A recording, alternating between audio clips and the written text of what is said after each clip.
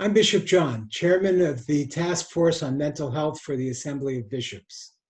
Because we're living in such complicated times, the bishops are reaching out to leaders of our community to help our faithful navigate. Two experts on healthy living and thinking are Dr. Ary Christofidis and Father John Chakos, both longtime friends and colleagues from our Pittsburgh days. Dr. Christofidis is a licensed clinical psychologist whose approach to therapy comes from his years of study at Hellenic College Holy Cross School of Theology and the teachings of the Orthodox Church. Dr. Christofidis received 2 graduate degrees from the University of Pittsburgh, a master's in clinical social work, and a PhD in counseling psychology. He has worked in 2 psychiatric hospitals, 3 university and community counseling centers, and a residential treatment facility. Dr. Christofidis received intensive training in family therapy from the Family Therapy Center at Western Psychiatric Institute and Clinic in 1993. His most recent clinical experience includes 6 years as a contract psychologist at the Family Institute of Northwestern University and 7 years as a part-time psychologist at the Cancer Wellness Center in Northbrook, Illinois. Dr. Christofidis is a nationally recognized speaker within the Pan-Orthodox community and has been a guest on Come Receive the Light radio program and of the Orthodox Christian Network. He has also led clergy and clergy wives retreats and family synoxis seminars. Dr. Christofidis is married with 2 teenagers, a son and daughter, who attend St. Demetrius Greek Orthodox Church in Chicago. Father John Chakos is a native of Pittsburgh and studied English at Western Kentucky University. After receiving his teacher's certificate from Duquesne University, he taught high school English in the Pittsburgh public schools for 2 years. In 1965, he married his wife, Alexandra. Shortly after their marriage, they joined the Peace Corps, and they lived and worked the slums of Rio de Janeiro, Brazil, as well as teaching at a local university. Upon returning to Pittsburgh, Father John continued teaching for another couple of years before enrolling at Holy Cross Seminary in Boston, graduating with a Master of Divinity, and was ordained in 1974. Since that time, he has served parishes in the Diocese of Chicago and Pittsburgh. In 1981, he received a Master's of Religious Education from Loyola University of Chicago. He served the Holy Cross Greek Orthodox Church in Mount Lebanon for 31 years until his retirement, where sort of his new life began, continuing his work as a foreign missionary, both for OCMC on the board and as a missionary. He led a team of volunteers to Galilee for 1 month, spent 6 months in East Africa with his wife Alexandra, and has led annual missions teams to Guatemala City since 1999, volunteering at the Hogar Rafael Ayub orphanage in Guatemala City. Since his retirement in 2011, Father John and Presbytera Alexandra have made a deep commitment to the Mayan communities in the remote highlands of Guatemala, spending a few months of every year there. As an OCMC mission specialist and field representative for Guatemala under the guidance of Archbishop Athenagoras of Mexico, Father John oversees the training of future indigenous clergy, the activities of long-term OCMC missionaries and mission teams, the building and renovating of village churches, the construction and staffing of the Father Andre Giran Medical Dental Clinic, and operation of the Mayan Artisan School of Presbytera Alexandra, which sews clergy and acolyte vestments, and the publication of Orthodox periodicals used by the catechists. Father John and his wife are the proud parents of 4 children and their spouses, as well as the adoring grandparents of 13 grandchildren. When not working in Guatemala, they live in Pittsburgh and serve in their home parish of Holy Cross. Our topic today is sadness and depression. Dr. Christofidis, what are the differences between sadness and depression, and what can we do about it? Thank you, Your Grace. It's an honor to be with you all today. What I think is important here is for people to understand more what depression is versus what sadness is, to start with the heaviness of depression. And so it's important for people to understand when a person is experiencing a clinical depression, it's our job to really understand what is going on in their world, what is happening to them. And for them to be really diagnosed at that high level versus sadness, they have to really meet several criteria in order to be seen at such a high level. Because people use the term loosely. Oh, you're clinically depressed. Oh, you're just sad. Some people who say you're just sad actually may be clinically depressed. So I do think it's important to make a distinction here. So I want to share with the audience some things that we look very carefully at in order to really distinguish a clinical depression versus a sadness. So it's important to ask first the person themselves, what is your mood like? We need to hear the person really say, I'm depressed. I think that's very important to distinguish it. If a person says, I'm a little sad, there's a difference between someone saying, I'm depressed. So if they say I'm depressed, that's the first part. Now we continue down to see how deep is this depression and struggle they're having. We want to find out from them, are they changing their habits? And one of the things we look for is their activity level. So have they stopped being active in their daily life? Have they stopped hanging out with friends? Do they want to be isolated? We ask them about their weight. Have they significantly lost weight or gained weight? We also look at their sleeping patterns. And I want people to understand that sleep is very important here. So if they struggle to sleep or they're sleeping way too much, I've had patients that have slept 12-hour days. We also want to find out their level, if they're having this weightiness of guilt, if there's this guilt feeling. We ask them about agitation. Is it hard for them to sit still? Do they find themselves just antsy, irritable? With children, we definitely look at irritability. We want to see if that's a factor. We continue down this kind of understanding of how deep this depression may be by asking them about, have they ever thought of suicide, harming themselves, maybe even harming somebody else? And we want to see all these factors. How are they impacting their daily lives? And really a big difference between the sadness and clinical depression is their quality of their daily life. If the depression is present, it's most likely, if it's moderate or severe, they are not able to function well. They're not doing their job well. They may be making many mistakes at work. For teenagers, college students, they may not be doing their homework. They may be messing up on their final exams. We're looking at the quality and their ability to concentrate. Where is their memory? Is their memory seriously affected? So we want to know, is it impacting their life?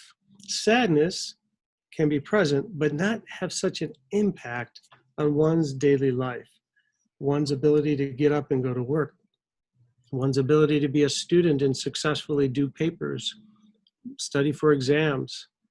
But depression at a clinical level can have that deep impact. So we're really trying to understand when I meet with a person, when they say they're sad, are they just sad? Sadness can be very present. Everyone has experienced some level of sadness. But when it gets to that level of depression, clinical depression, it has a much deeper impact on their quality of life and their ability just to live every day. And we're really trying to understand how deep is this depression for this person. We want to know, is it mild, moderate, or severe? And in the severe cases, and families have had this experience, their loved one can't get out of bed. They don't put their clothes on. They don't brush their teeth. They don't want to eat. In some of those severe cases, they may need to be hospitalized. So most of the people that I've seen over the years are heading into the moderate level of depression. And it typically is very clinical. It is impacting their lives and their relationships and their physical health, their mental health.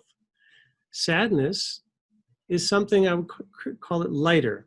Lighter meaning you feel sad, but it's not preventing you from living your life. It's not preventing you in such a degree of affecting the quality of maybe the work you're doing. So there are some distinctions that are more clear and some that are a little bit more obscure.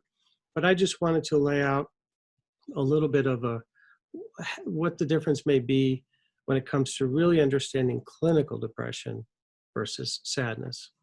Thank you. Father John, in your vast pastoral experience, what can the church and parishioners do to help people who are suffering? We begin by trying to recognize the kinds of thought patterns that they have whenever they're coming to see us for some kind of counseling. And more often than not, we see people in the context, of private counseling sessions or in the sacrament of confession. So it's at that time that we can begin to notice some of the things that Ary pointed out in terms of the way they think and whether or not they're moving in the right direction in terms of their relationship with God. So we have as opposed to a clinical psychological way of looking at it, we try to look at their lives in the context of their relationship with Christ. And so through various sources that we have at our disposal, the church fathers, the scriptures, some of the tools that the community, the psychological experts give us, we try to determine. So one of my favorite books is that of Elder Thaddeus, where he writes about our thoughts determine our lives. And I think that's a good way to start with people. How are they thinking? Do they have good thoughts? Are the thoughts peaceful, calm, kind? What kind of life do they have? Or on the other hand, are their thoughts of a more negative nature? And are they drawn into a whirlpool of thinking that can take away their peace or their tranquility? So that's where we begin in terms from the spiritual point of view. And then we try to bring in the church's concepts and theology. The apostles and the church fathers, they understood that thoughts have an opposing effect on us. Some of our thoughts lead us to joy and salvation, and others of our thoughts lead us to sadness and depression. The words of St. Paul are good to reference here from 2 Corinthians. St. Paul said, "Godly grief produces a repentance that leads to salvation and brings no regret. But worldly grief, or as we read in the Greek, to kosmoulipi, produces death." So, and then we read in the gospel again, Jesus makes us aware of the negative thoughts that assail us in the world. But against this, he always offers us hope. He says, "In the world you have tribulation, but be of good cheer. I have overcome the world." So our job is to try to find a way spiritually to deal with some of these issues. There are so many examples where this battle of negative thoughts with positive thoughts reveals itself in the lives of our saints and of men and women who have lived out the dying and the rising of Jesus on a daily basis. I remember reading one time, I was very much taken by a little passage from the life of St. Nectarius of Aegina. There was an elderly grandmother, a yaya, and she came up to St. Nectarius and she was very greatly distressed. He would never forget her sadness or her desperation. This woman had 3 children, and she lost all 3 of them to an epidemic of typhoid. And that woman felt that she couldn't go on, and yet she was struggling. How could she go on? She said that she wanted to poison herself, but at the same time that she wanted to poison herself, she was clutching onto an icon of Jesus. She's clutching it to her bosom, and she was crying out, "Why, Lord? Why have you done this to me?" And she trembled as she explained to St. Nectarius. And she said, "My children, the pain." Without letting her say another word, St. Nectarius embraced the woman with Christian affection, and he told her, "Your pain is my pain." And her burden was lifted. So I see that as an example of a kind of a therapy that we in the church can use through our sacraments, by reaching out and showing an empathy to people. We might not be able to give them the words they need to hear. I can give them a lot of theological terms and concepts and scriptural passages, but ultimately what it comes down to, from our point of view, is can we tell them that my pain, your pain is my pain? And so in Jesus, I think we have the unique and unprecedented idea of a God who suffers right along with us. He has gone through everything that we've gone through, the whole gamut of human experience, from the trivial irritations of family life and the cramping feelings that maybe our job creates for us. But we have to unite ourselves with Christ. We have to unite ourselves with what he has gone through, because he's already gone through it with us and is going through it with us. So because of these experiences, he could understand our life, he can share our pain, and we need to connect with him in one way or another, whether through the sacraments or through the interactions with members of the community who can relate to us, who have suffered along with us in various ways. In the scriptures, we find there are two words that aptly describe the interplay of or competition between negative thoughts and positive thoughts, thoughts that seek to hold sway over our minds. There are two words. They're Greek words, but I'll define them. The first word is penthos. That word means in Greek mourning. And then there's the word lipi. And that word means sadness in Greek. And these two words go in diametrically opposite directions. The first word, penthos, or mourning, leads us to the summit of union with God. The second word, lipi, or sadness, leads us toward the abyss of despair.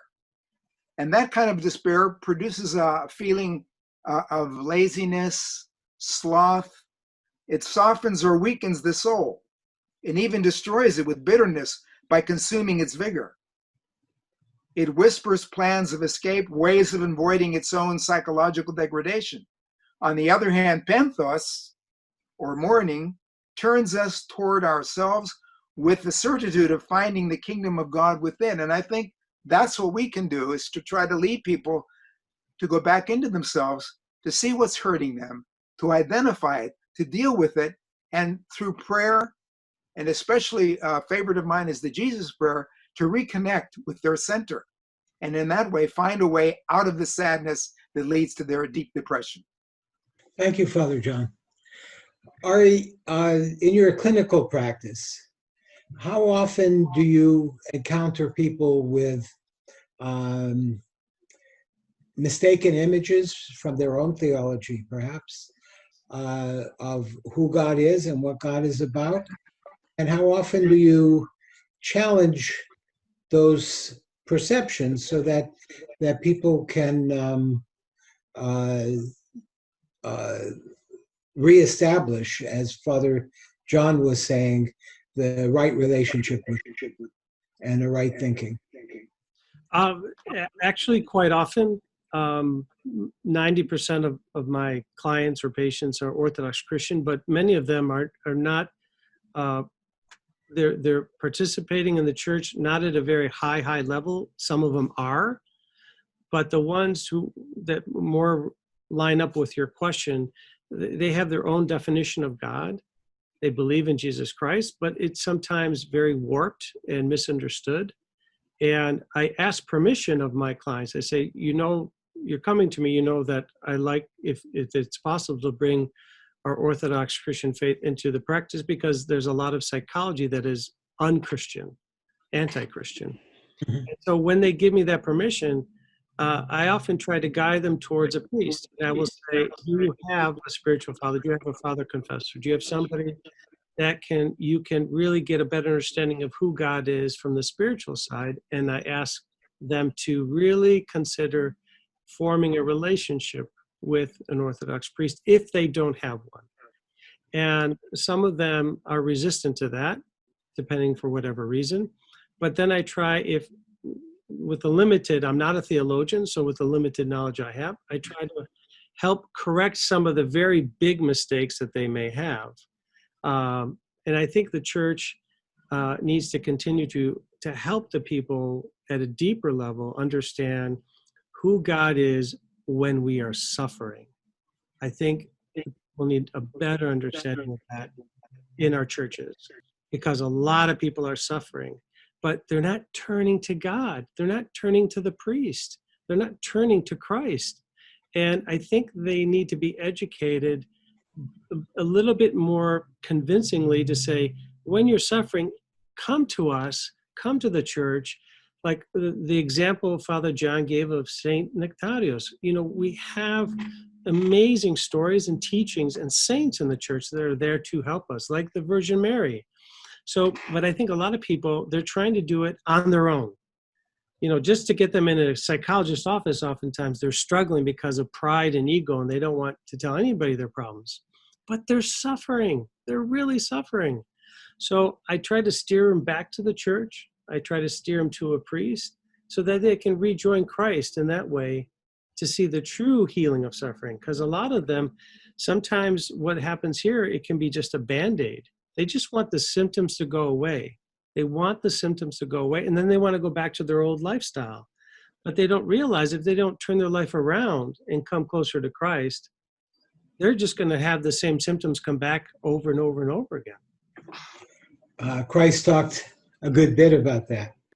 Father John, what kinds of things can the parish do to help people stay healthy and not wallow in sadness and take kind of charge of their own lives and even dedicate themselves better to God? Well, I think one thing is to create within the community groups of people that are of a like mind in terms of the spiritual life, and they have a strong kind of bond between them.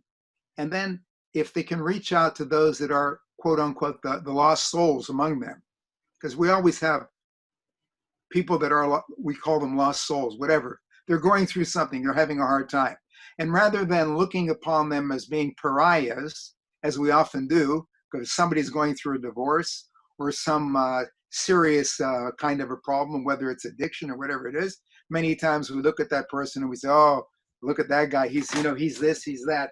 But this is where that group of people that is always kind of like attuned to helping people could reach out and maybe invite him over to your house, reach out to him, talk to him, offer him a place where he can open up a little bit, and be with you in a more kind of intimate and affirmative way. So I think that's one thing that we could do. And I think every parish has a group of people that kind of have that sort of like mentality. They're I don't want to call them bleeding hearts, but they're people with the right mindset and they're receptive to people that are suffering, and they kind of take them under their wing. And that's a good thing. It might be just me connecting with another person that I see that's sitting in the coffee hour, but he's off by himself, and I know he's going through something, and nobody else wants to sit around him because he looks kind of sad, and it's kind of depressing to be around that guy. So if I'm willing to go into his pain and sit down and talk to him a little bit, that could be a way that I could help him lift it a little bit. So it's real little things that we do. And, maybe that can lead to something more. And maybe I can direct him to the sacraments, to the priest, to seeking other resources to help with his problem. Father John, can you offer us some wisdom from the mission field of Guatemala to live better lives here in America, even with all our affluence and busyness? Well, the thing that I've learned about, shall we say, our topic is it's really important to be connected to a community. Okay. That communal life in these villages is incredible. Ary, any final thoughts or offerings?